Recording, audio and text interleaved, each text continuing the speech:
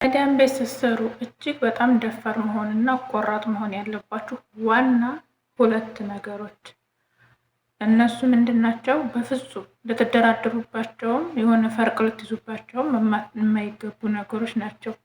ምክንያቱም ወደዚህ ሀገር ስንመጣ ወይም ደግሞ ለስደት ስንወጣ የወጣንባቸው ዋነኛ መንስኤዎቻችን ስለሆኑ። ሰላም ጤና ይስጥልኝ ውድና የተከበራችሁ የፎዚ ዩቲዩብ ተከታታዮች በያላችሁበት የዓለም ዳርቻ ሰላማችሁ ይብዛል ብያለሁኝ። ይህንን ቪዲዮ ስትከታተሉ ሸር እና ላይክ፣ ሸር ሰብስክራይብ ያደረጋችሁ ለብዙ ሰው እንዲደርስ አድርጉልኝ።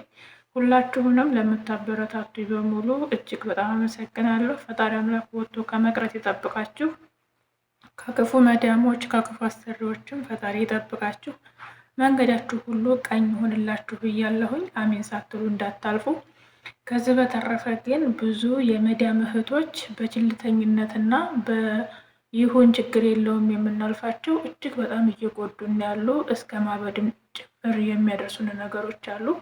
እነዚህ ነገሮች ደግሞ ምንድናቸው ካላችሁኝ፣ የመጀመሪያው አረብ በተፈጥሮ አንዳንድ አረቦች ለመጀመሪያ ጊዜ በጣም ጥሩ ሰው ይሆናሉ፣ በጣም የዋህ ይሆናሉ፣ ምንም የማያውቁ ይሆኑና ልክ እንደ ልጃቸው ከልጃቸው እኩል አድርገው ያውናል። ያን የሚያደርጉን ደግሞ ምንድን ነው ቢያንስ 6 ወር 5 ወር 7 ወር እስከሚሆነን ድረስ ዓመት እስከሚሆነን ድረስ ሊሆን ይችላል።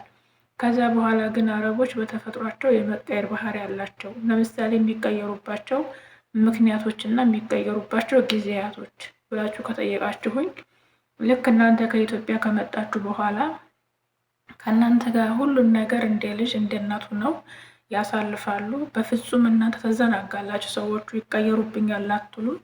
በምትዘናጉበት ሰዓት እነሱ ግን የራሳቸውን የሆነ ነገር እስከሚያመቻችሁ እናንተን እስከሚያዘናጉ ዝንታለም የእነሱ ባሪያ ሆናችሁ እስከምትቀሩ እንዲቀሩ ስለሆነ የሚያስቡት ዓመት ወይም 6 ወር 7 ወር እስከሚሆናችሁ ድረስ የምትፈልጉትን ነገር ሁሉ ያደርጉላችኋል ማለት ነው። ከዛ በኋላ ግን ምንድነው የሚያደርጉት? አብዛኛዎቹ በሚባል ደረጃ ብዙዎቹ ጸባያቸውን ነው የሚቀይሩት። የመጀመሪያ እኛ ቆራጥ መሆን ያለብን አረብ ምን ቢወደን እንደ ልጁ ቢያየንም ከልጅም በላይ ከእናታችንን ስፍስፍ ብላ የምትወደን እናታችንን ልጆቻችንን ጥለን የመጣንበት ዋነኛው ምክንያት ሰርተን ልንለወጥ ነው። ሰርተን የምንለወጠው ደግሞ ብራችንን በአግባቡ በጊዜው በሰዓቱ ስንቀበል ነው። በሰዓቱ ተቀብለን ለምንፈልገው ዓላማ ስናውለው ነው ማለት ነው። ስለዚህ እነሱ ምንድነው የሚያደርጉት? የመጀመሪያ እናንተ እነሱ ጋር እንደ ልጅ ሆናችሁ እንደ አባትና እንደ እናቱ ነውላችሁ ስለሆነ እናንተ የምታስቡት፣ አንዳንዶቹ ልክ ከኢትዮጵያ እንደመጣን ወይም ደግሞ የሆነ ሰዓት እንደገባን እናት የሆነች አረብ ነው ያገኘነው፣ የአባት ምትክ ነው ያገኘነው እንላለን፣ ብዙዎቻችን በሚባል ደረጃ ማለት ነው። ነገር ግን ብዙዎቹ ምንድነው የሚያደርጉት መሰላችሁ? ልክ እንደዛ ከለመድናቸው በኋላ የሚቀየሩብን ስለማይመስላቸው ይቀየሩብናል ማለት ነው። የመጀመሪያ ደሞዛችንን ወር ማሳለፍ። እነሱ ደሞዛችንን ወር ሲያሳልፉ ለምን ብለን የመጠየቅ መብት አለን ማለት ነው። ፍጥጥ ብላችሁ ደሞዛችንን ማለሽ እኛ ብር ፈልገን ነው የመጣ ነው። ስለዚህ ብር ፈልገን እስከመጣን ድረስ ገንዘባችንን ደግሞ ወሩ እንዲያልፍብን አንፈልግም ብላችሁ በፍጹም ልትጠራጥሩበት የማይገባ ነገር ነው። አንዳንዶች ልክ ወራችሁ በአንድ ከሆነ በአንድ ደሞዜ፣ በሁለት ደሞዜ ብላችሁ መጠየቅ መቻል አለባችሁ።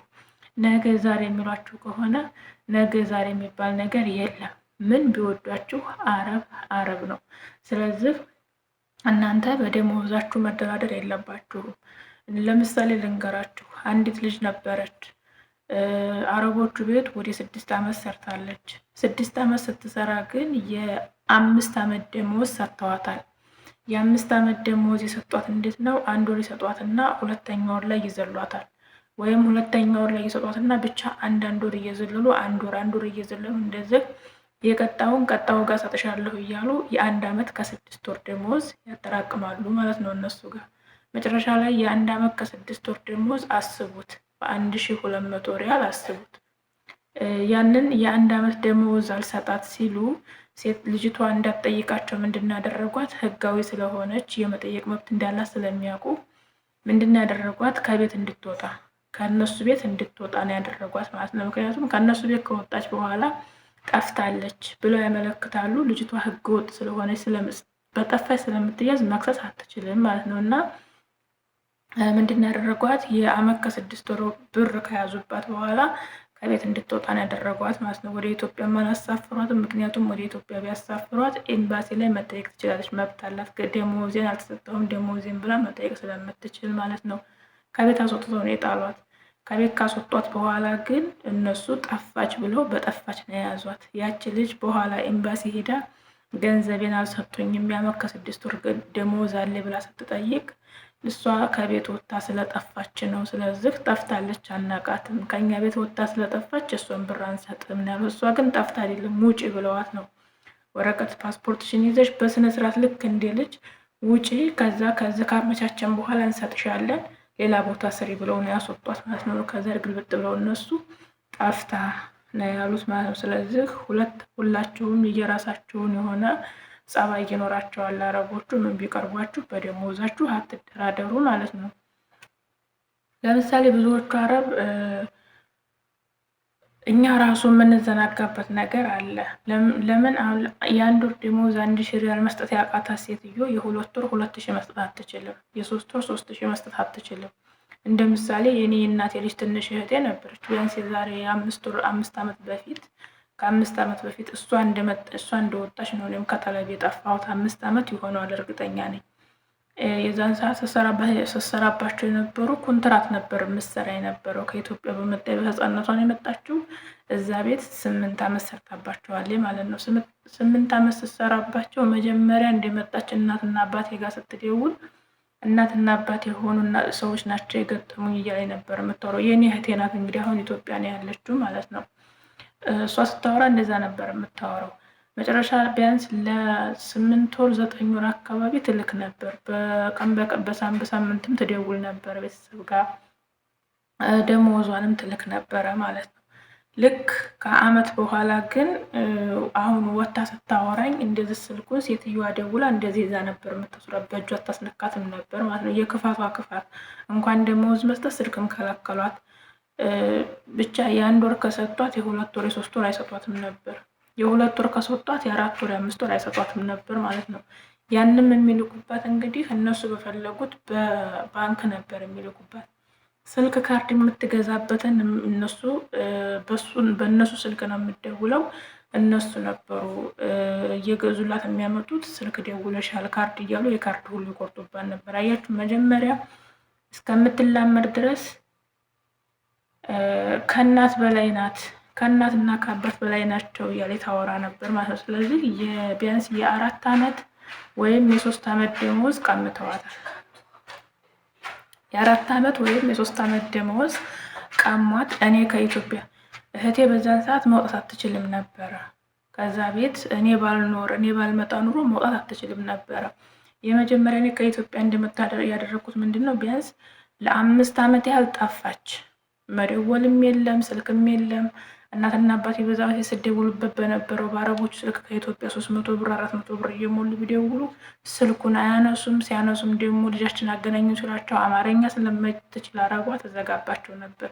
እርግጥ ጥሩ ሰው ብትሆን እንዳለችው መቼም ከኢትዮጵያ የሚደውለው የእናቷና የአባቷ ስልክ ነው የሚሆነው። ስልክ ቁጥራቸውን ደግሞ የአባት እስካሁን ድረስ የተቀየረ አይደለም፣ ያው ነው ታውቀዋለች። አባት ደወለ ብላ በቁጥሩን ማወቅ ትችል ነበር። ግን የክፋቷ ክፋት ካርድ ሞልተን እንኳን ስንደውል አታገናኘንም ነበር። የመጀመሪያ ሳውዲ አረቢያ ስረግጥ ምንድን ነበር ያልኩት? የእህቴን አይን ሳታየን ከዛ ሀገር እንዳታስገቢ ብዬ ነበር ያልኩት እኔ ማለት ነው። ስለዚህ እህቴን ኢትዮጵያ ስትደውል እናትና አባቴ ጋር የኔን ስልክ ቀጥታ እንዲሰጧት ነበር ያደረኩት። ልክ ኢትዮጵያ ስትደውል አማርኛ ስለማይችሉ እነሱ የኔን ቁጥር ነው የሰጧት ማለት ነው። የኔን ቁጥር ሲሰጧት ቶሎ ብላ በመጻፍ ከዛ ስትጽፍ ቁጥር ሲነግሯት የምን ቁጥር ነው የምትይዙ ብለው ከለከሏት ማለት ነው። በኋላ ግን አባትና እናቴ ያን የደወለችበትን ስልክ ቁጥር ለኔ ሰጥተውኝ በዛ ስልክ ቁጥር እንደገና እንዲደውልልኝ አድርጌ በኋላ ከደወለችልኝ በኋላ የሌላ ሰው ቁጥር ነው ብለው ሲያነሱት እኔ አንተን አልኩና ሄሎ አልኩና ዝም አልኳት። በኋላ ቤት በምታስቀምጠው ሰዓት እንድትደውልልኝ በዛ ቁጥር ነገሯት። እናትና አባቴ ጋር ድጋሚ ስትደውል እንደዚህ ያለ ቁጥር መጨረሻው እንደዚህ ያለ ቁጥር በሴትዮሽ ስልክ ደውላለች እና እነሱ በማይኖሩ ሰዓት ደውይላት ብሎ አላት።